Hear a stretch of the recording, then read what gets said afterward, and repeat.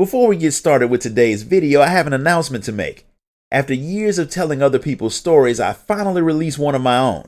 My novel Eternal Reign is available now in both ebook and paperback format for those of you who are like me and prefer to collect physical media. You can grab a copy right now on Amazon through the link in the description of this video. And now back to our regularly scheduled program. Innocent Stork had expected some of her hunters to die, but she really had thought they would have put up a better fight against the Tyrell Vadral than they had. Keshqua is more worried about the fact that Ixomajun stopped hunting prey that's simply weaker than it is, and it started going after things that can fight back. Now that it knows that it can take down stronger targets, it may become even more aggressive. Even though she no longer has any fighters at her disposal, Innocent Stork thinks her contacts will be useful for the Warrior of Light and Keshqua, since they're still hunting the beast.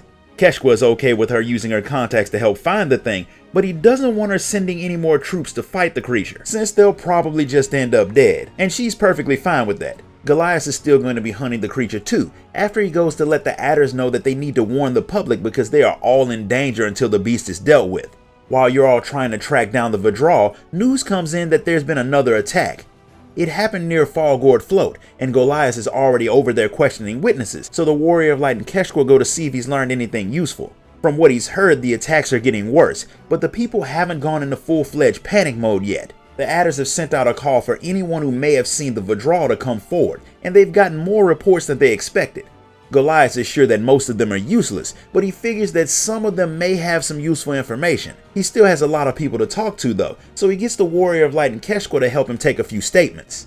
People have caught sight of the monster all across the Shroud, but some of their stories seem to contradict each other. One guy claimed that the thing was going on a killing spree at the same time another guy in the area didn't even see it. So either one of them is lying, or something else happened to keep the beast from attacking certain people. It turns out that there have been a few people that the Vadral have ignored when they've been in the area where it was running wild, and they were all Alamegans who carry around a specific type of plant from Giribania. That is extremely useful information, so the two of you head off to tell Goliath.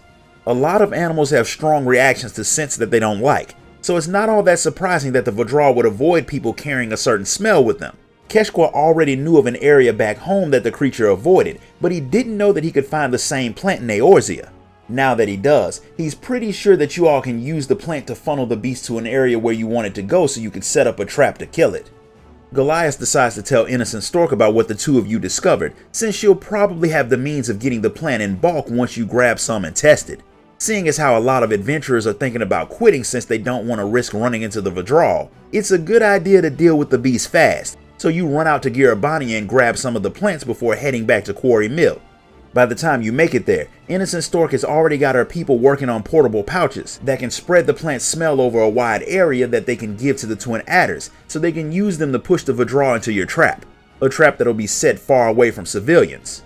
It should work, but the part that's not a good idea is that she wants to capture the thing instead of killing it. She wants to study it, or so she says, but as her last group of hunters proved, trying to trap the thing is a good way to die.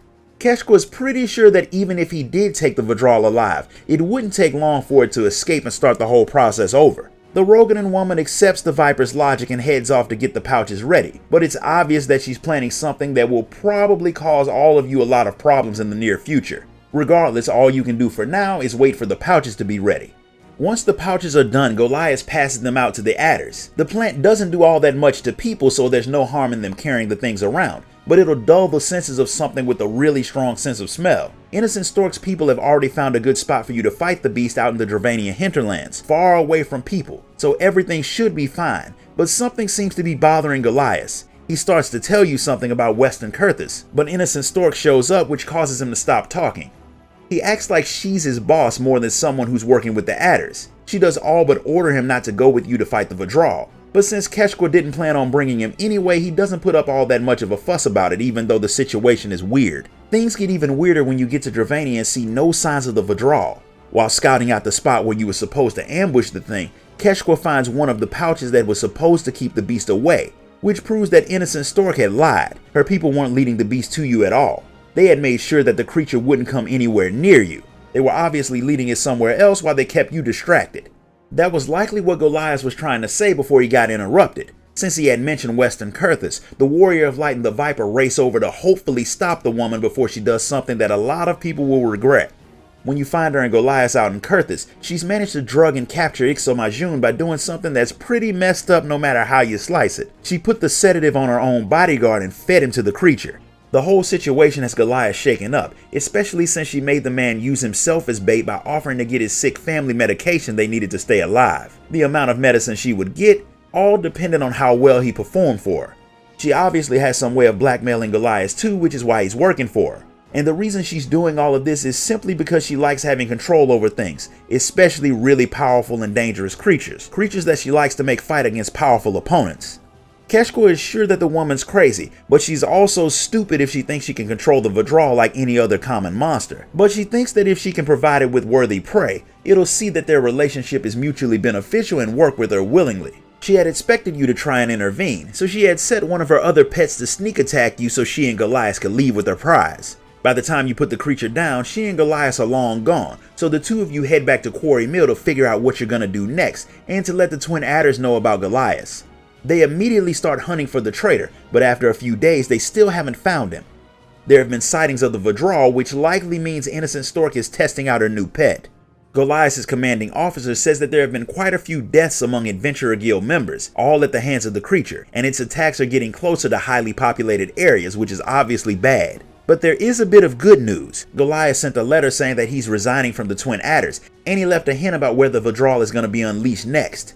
The next attack will be in southern Thanalan. It's very likely that Innocent Stork saw the message, so it's probably a trap. But since the plan was to fight FFXIV anyway, the Warrior of Light and Keshqua head out there to face her and the beast. When you find them, Goliath is unconscious.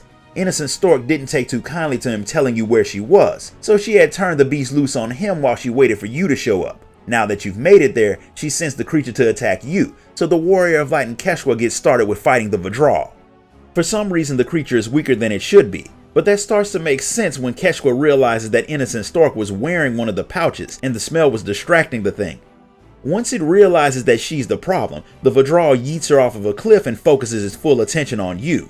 After a long and difficult fight, proving that the creature really was as dangerous as Keshqua had said, the two of you finally put it down for good. Goliath survives his injuries, and he finally explains why he was working with the woman. When he was a little kid, his parents had gotten killed by a monster while they were traveling. That's what drove him to join the Twin Adders, so he could keep people safe from monsters and any other thing that could cut their lives short. During that time, he met Innocent Stork, and she had claimed that her goal was to protect people from monsters too by capturing them. He didn't realize that she was just using him to steal information from the adders that she could use to add more beasts to her collection. Once he realized the truth, he was going to rat her out, but she threatened to send her entire collection at Gridania while sending her strongest after his family in particular, so he had no choice but to work with her as far as he saw it. While he wasn't a traitor on purpose, he still committed a crime that cost quite a few people their lives, so you have to turn him into the adders. However, Goliath did help stop a dangerous monster, so his commanding officer decides to accept his resignation from the adders and sends him off with Keshqua to help him hunt monsters, which means the next time you see Goliath, he'll likely be a viper too. This concludes the story of the Viper. If you enjoyed this video, be sure to like it, comment, share it, and subscribe. Grab a copy of my novel on your way out, and I'll see you all next time.